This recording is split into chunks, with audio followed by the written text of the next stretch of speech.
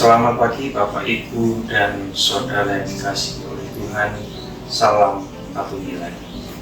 Sebentar kita akan memulai segala aktivitas kita masing-masing di pagi ini dan mungkin sampai nanti malam. Marilah sebelumnya mari kita bersama mencoba merenungkan firman Tuhan. Sebelumnya mari kita berdoa.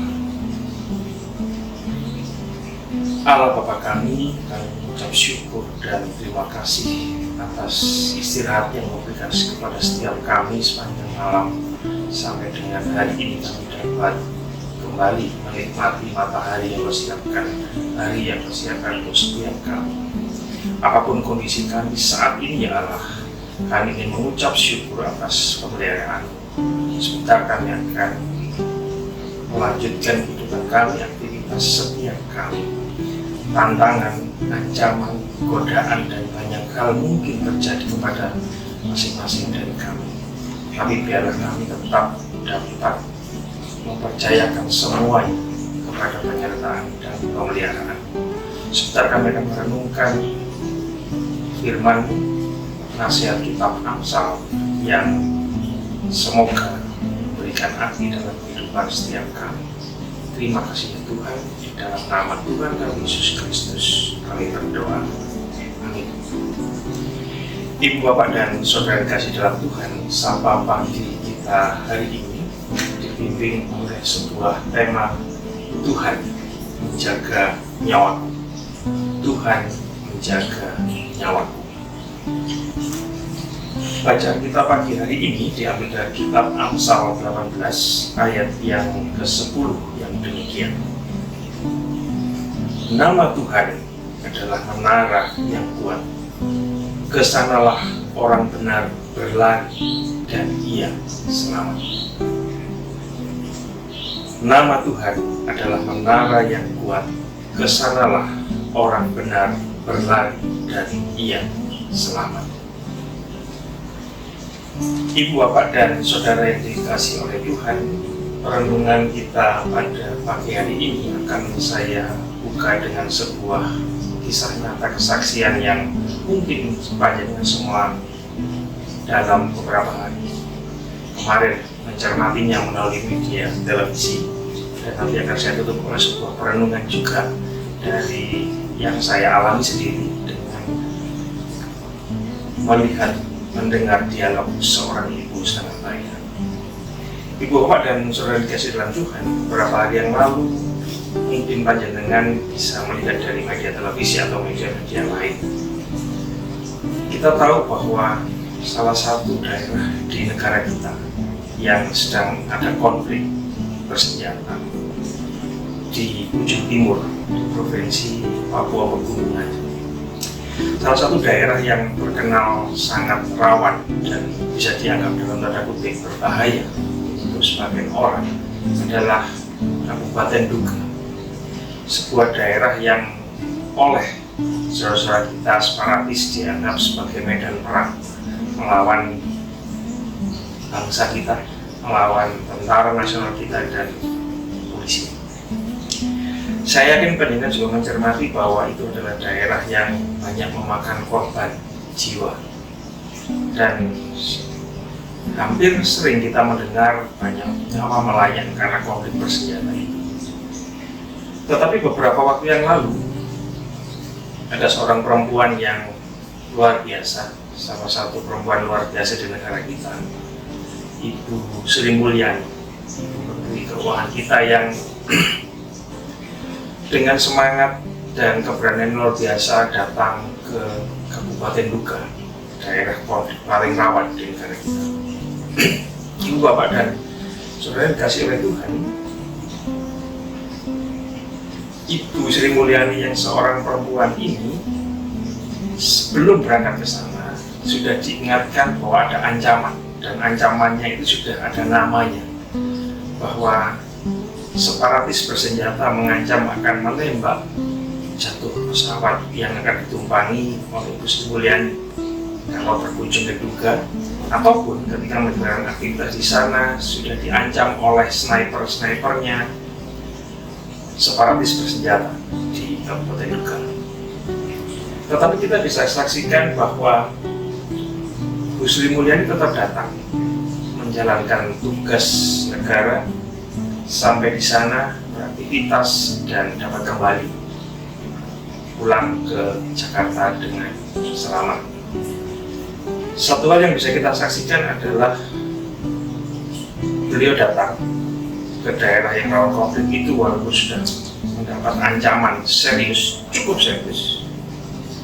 Terbukti beliau datang ke Nduga dengan mengenakan rompi anti peluru. Tetapi hal yang menarik adalah bahwa beliau dijamin keselamatannya oleh para petinggi Tentara Nasional Indonesia dan Polri. Para jenderal-jenderal tangguh, jenderal-jenderal hebat menjamin keamanan Bu Sri Mulyani di sana. Dan kalau penjenengan bisa mersani di media-media sosial, sejak turun dari pesawat sudah ada banyak pasukan khusus di sekeliling beliau.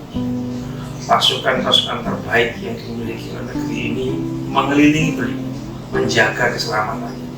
Belum lagi di radius berapa kilo dari tempat beliau beraktivitas. Saya meyakini juga banyak pasukan-pasukan yang mencoba melindungi beliau dari ancaman ini. Dan yang sangat luar biasa adalah jaminan dari para petinggi militer yang menempatkan pasukan-pasukan itu sebagai benteng hidup di sekitar aktivitas Ibu Sri Mulyani dan beberapa petinggi yang lain. Dan aktivitasnya berjalan dan kemudian kembali. Bapak Ibu, kita mencoba membayangkan bahwa apakah benar Bu Sri Mulyani sangat berani untuk datang ke tempat rawan konflik itu. Saya di sisi lain memikirkan bahwa 1, 2 hari, 3 hari sebelumnya tentu mungkin Bu Sri Mulyani tidak akan bisa tidur nyenyak karena membayangkan beliau akan berkunjung di daerah rawan konflik dengan ancaman yang sangat tinggi. Tentu ada rasa takut, ada rasa khawatir yang beliau alami menjelang kunjungan ke sana. Rasa takut adalah sebuah rasa manusiawi yang sebagian orang menyampaikan bahwa itu melekat dalam kehidupan manusia. Rasa takut, rasa khawatir dalam diri setiap manusia yang mungkin muncul dengan beberapa alasan, minimal 3 hal. Yang pertama, bahwa rasa takut itu muncul karena ada ancaman nyata di sekitar kehidupan manusia, di sekitar kehidupan saya dan panjenengan. Rasa takut, rasa khawatir timbul karena ada ancaman nyata dalam kehidupan kita. Yang kedua, rasa takut bisa muncul karena ada pemikiran-pemikiran kita yang menghantui cara kita berpikir, cara kita melihat, karena sesuatu yang terjadi dalam pemikiran-pemikiran kita yang menimbulkan rasa takut dan khawatir itu. Hal yang ketiga minimal adalah pengalaman pribadi. Pengalaman pribadi tentang sesuatu hal, tentang sesuatu masalah yang kemudian menghantui pikiran kita, sehingga kita kemudian sampai kepada rasa khawatir dan rasa takut yang kadang-kadang agak berlebihan. Karena kita pernah punya pengalaman atau mungkin pengalaman orang lain yang kemudian sampai kepada kita. Ibu, Bapak, dan saudara dikasihi Tuhan, alasan-alasan itulah yang membuat kita membutuhkan perlindungan, yang membuat kita membutuhkan benteng yang kuat supaya kita merasa aman dan supaya kita selamat menjalani kehidupan.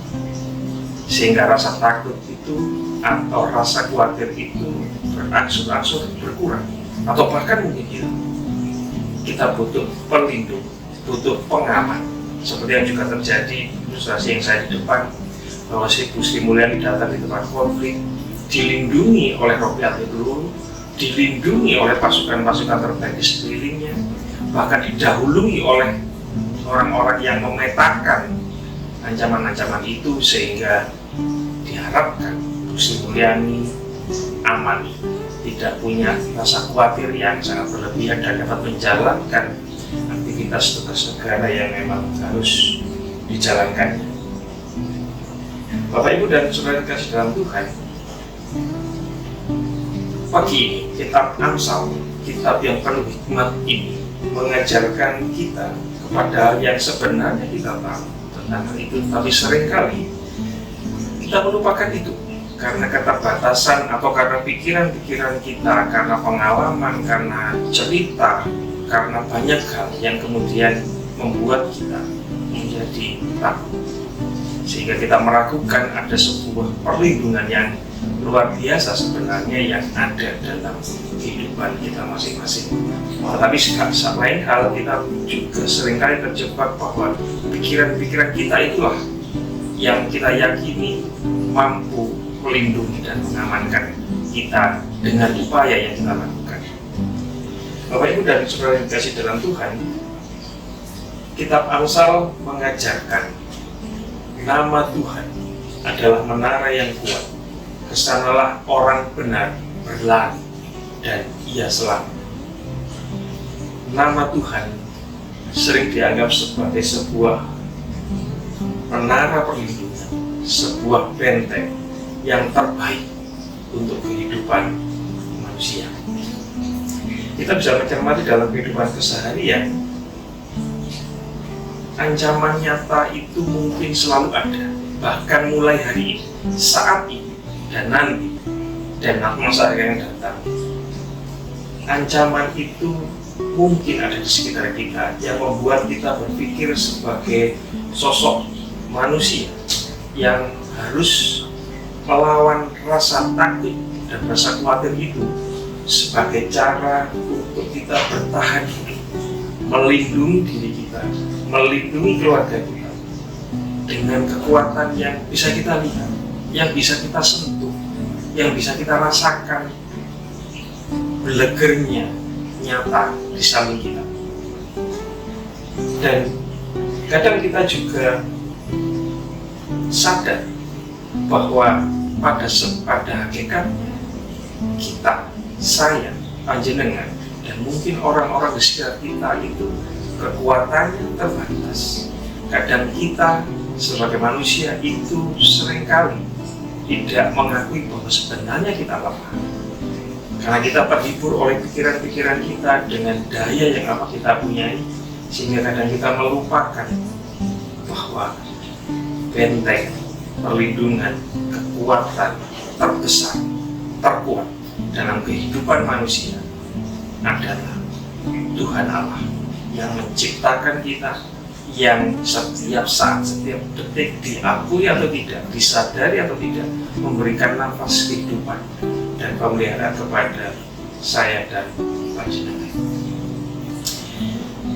Kembali saya mengingatkan, kitab Amsal mengingatkan kita, berlarilah ke benteng perlindungan yang paling kuat, dan itu adalah Tuhan. Maka kita akan dijaga dan selamat. Saya menutup sapaan kita kali ini dengan sebuah kesaksian yang pernah saya alami. Beberapa waktu yang lalu, mungkin kalau penjenengan ingat, pernah ada kecelakaan pesawat di Denpasar. Salah satu maskapai dalam negeri, dan pesawat itu tersangkut di tebing dekat bandara, dekat laut. Jadi sebagian badannya ada di mendekati laut dan moncongnya ada di ujung bandara, jadi semacam nangkring. Ibu, Bapak, dan saudara dikasih dalam Tuhan, ketika beberapa hari sebelumnya saya mendengar itu dan saya harus terbang ke sana, saya mengakui bahwa ada rasa takut dan khawatir menghantui pemikiran saya. Dan ketika saya kemudian terbang ke sana, saya masih menyaksikan bangkai pesawat itu belum diangkat juga dari tempat jatuhnya pesawat itu. Dengan jelas ketika akan mendarat, saya melihat pesawat itu ada di tebing dan patah. Ketika mendarat sudah terlupakan itu sejenak. Tetapi ketika pulang dan harus naik pesawat lagi, kembali rasa khawatir, rasa takut itu menghantui pemikiran saya. Dengan berbagai cara saya mencoba menghibur diri, berdoa pasti. Dan puji Tuhan saya sampai di kembali selamat di Juanda di Surabaya. Yang menarik adalah karena mungkin sebagian besar orang juga sedang agak gelisah, agak khawatir karena perjalanan pesawat. Ketika menunggu bagasi, ada seorang ibu di sebelah saya yang bertelepon dengan keluarganya. Dengan dialog sederhana, seorang ibu setengah baya ini mengangkat teleponnya dan mengabarkan kepada keluarganya. Kurang lebih begini, "Dok, mak wis teko Juanda." Seperti itu dengan muka yang ceria. Sangat mungkin si keluarganya itu menjawab, "Syukurlah mak, gak wedi lah mak, numpak pesawat, mari pesawat jebol." Kemudian si ibu yang disebut emak setengah baya ini menjawab dengan kalimat yang simpel, tapi menurut saya dalam sekali. Kurang lebih seperti ini ungkapannya, "Gak apa-apa nduk, numpak pesawat ae kok wedi, sing penting pasar Gusti Allah. Wingi mosok karena wingi ana wong mati numpak pesawat, terus wedi numpak pesawat, wis percaya mek Gusti Allah. Wong kowe ae bendino ana wong mati nang tempat tidur, buktine kowe yo turu nang tempat tidur sepi ben-ben." Sebuah ungkapan sederhana yang menghentak saya. Ibu ini ingin mengungkapkan dua kejadian yang kurang lebih dialami oleh manusia. Mati karena kecelakaan pesawat atau terluka karena kecelakaan pesawat, kemudian tidak berarti bahwa tidak ada perlindungan. Dan yang disampaikan adalah bahwa banyak orang meninggal dunia di atas tempat itu, tetapi juga tidak sedikit orang yang kemudian tidak khawatir untuk kembali tidur di tempat tidur. Satu hal yang disampaikan oleh ibu ini adalah pasrah nang Gusti Allah. Itu adalah kalimat yang luar biasa yang menyentak saya. Pemikiran sederhana namun sangat dalam. Amin. Bapak Ibu, semoga mengingat renungan kitab Amsal ini membuat kita untuk kembali memasrahkan semuanya, berlari menuju benteng kehidupan yang punya kekuatan yang luar biasa, dan itu adalah Gusti Allah. Selamat menjalani aktivitas. Salam satu nilai.